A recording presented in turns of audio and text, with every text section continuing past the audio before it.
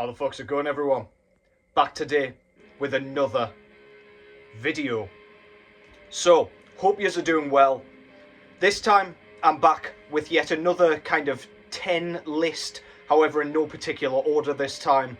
I will be looking here at 10 of the most hated on bands in my collection.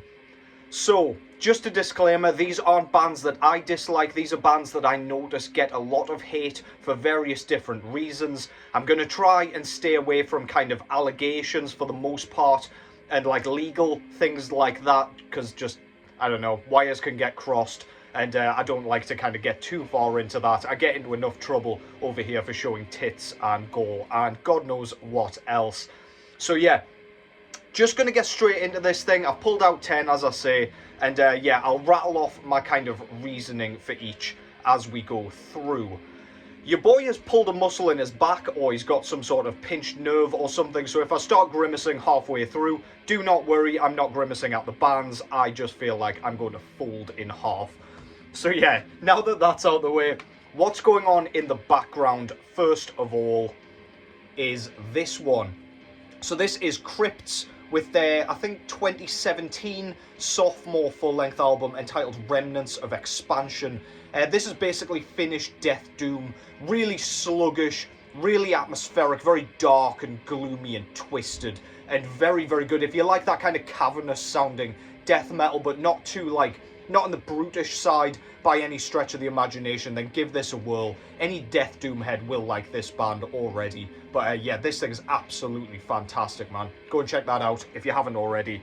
That is Krypts with a K, with Remnants of Expansion.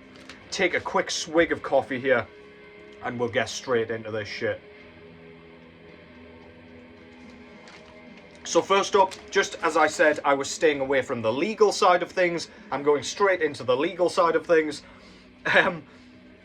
First I've picked this band. It's an excuse to kind of pull out this really nice kind of leather-bound record as well. But this is Inquisition out of the USA. And I'm sure you can kind of guess why this band's hated so much.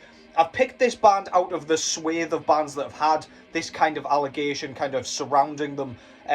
Basically because Inquisition have been entirely blackballed. If you post an Inquisition record anywhere on Instagram, typically you get the whole, like, why you posting that, yada yada. I have kind of spoken about my thoughts on these things and like how I like to keep the band members' personal lives and my kind of enjoyment of the music totally separate. Yes, you can make the argument about kind of supporting artists like this, etc. But yeah, there were some pretty harrowing sort of accounts of some previous supposed or alleged behaviour by one of the members, Dagon, which has essentially gotten this band kicked out off their label. They got kicked off plenty of kind of festival bills and things like that, and people don't tend to book them as frequently anymore. But yeah, this band certainly has to be on here.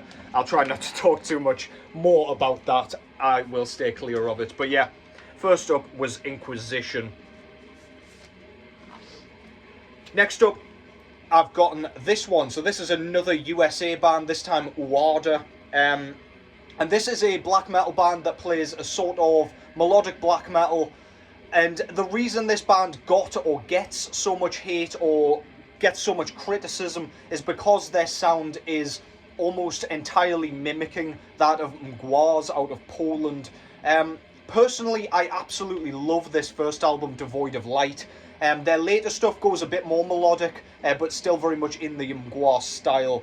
People just kind of wrote this band off, though, entirely, right when this came out, just saying, like, it's Mgłar, but worse, and stuff like that. But I think this stands on its own. I love the howled vocals. I don't think it's quite just a rip-off, but it's definitely influenced by said band. The band, what the fuck are they called? Groza. They don't seem to get as much shit because they straight up just seem to wear their love of Mgłar on their sleeve, of course naming the band after the debut album.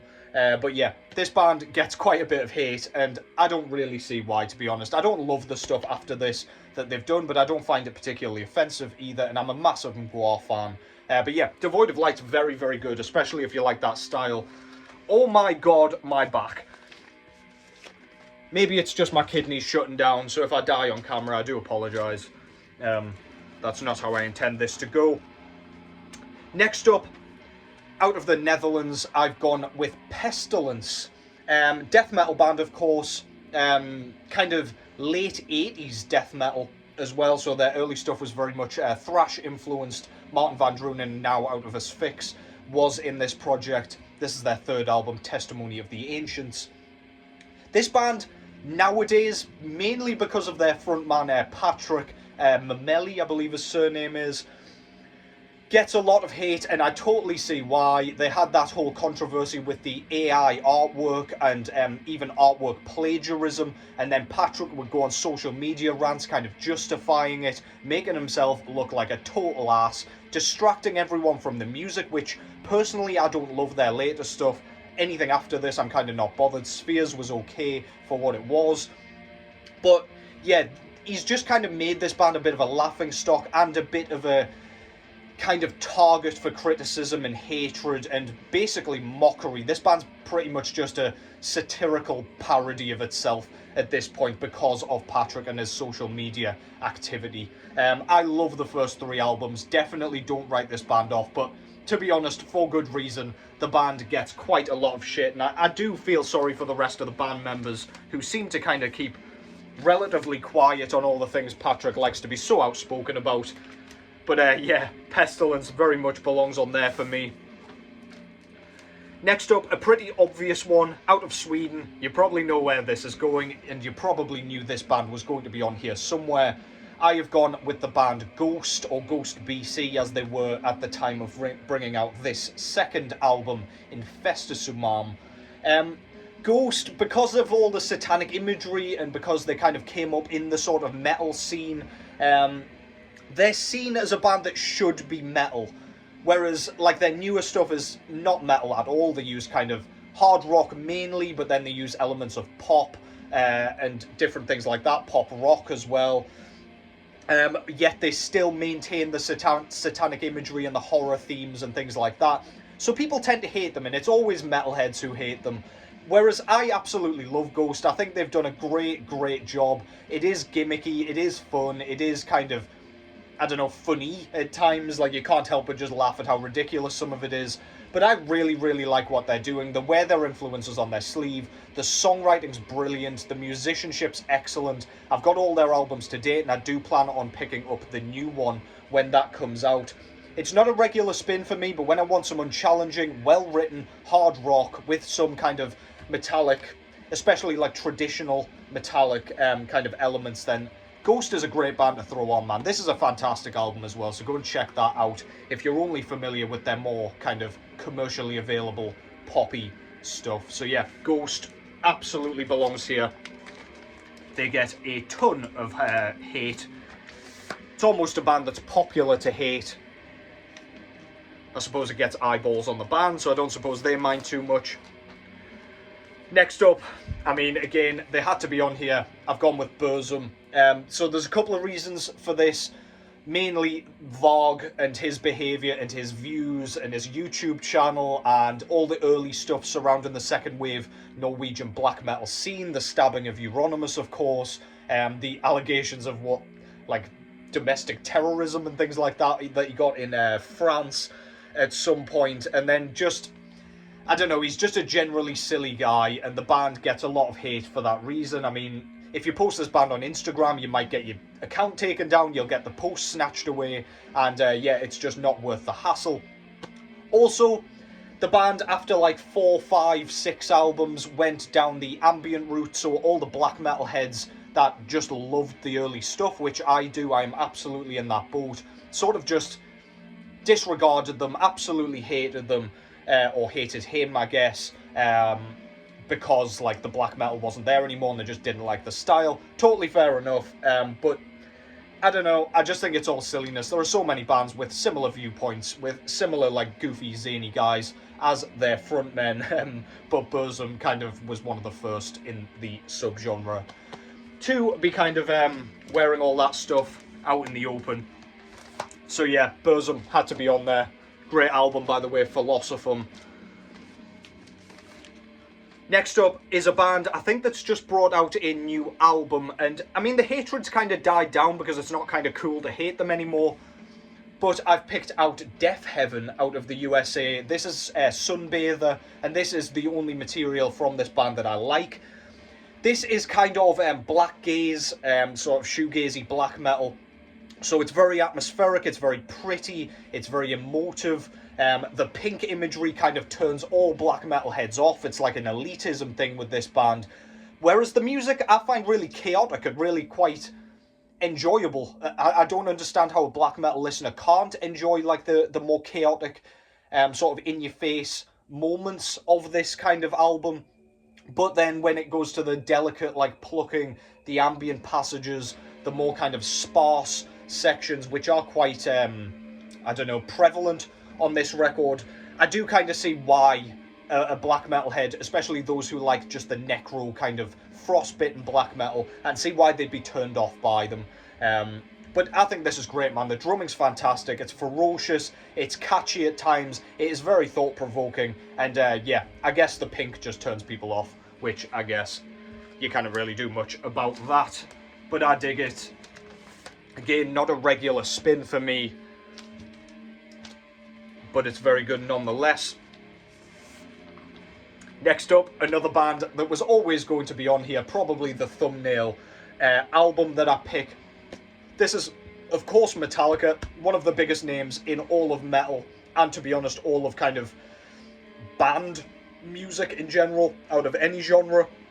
So Metallica, first 4 albums are universally generally loved. The Black Album's kind of hit and miss, 50-50 down the middle.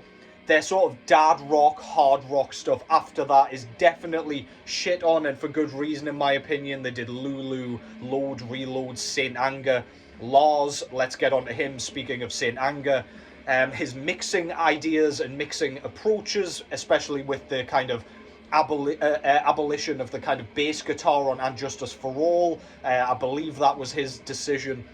Ridiculous decision. Ruined a great album.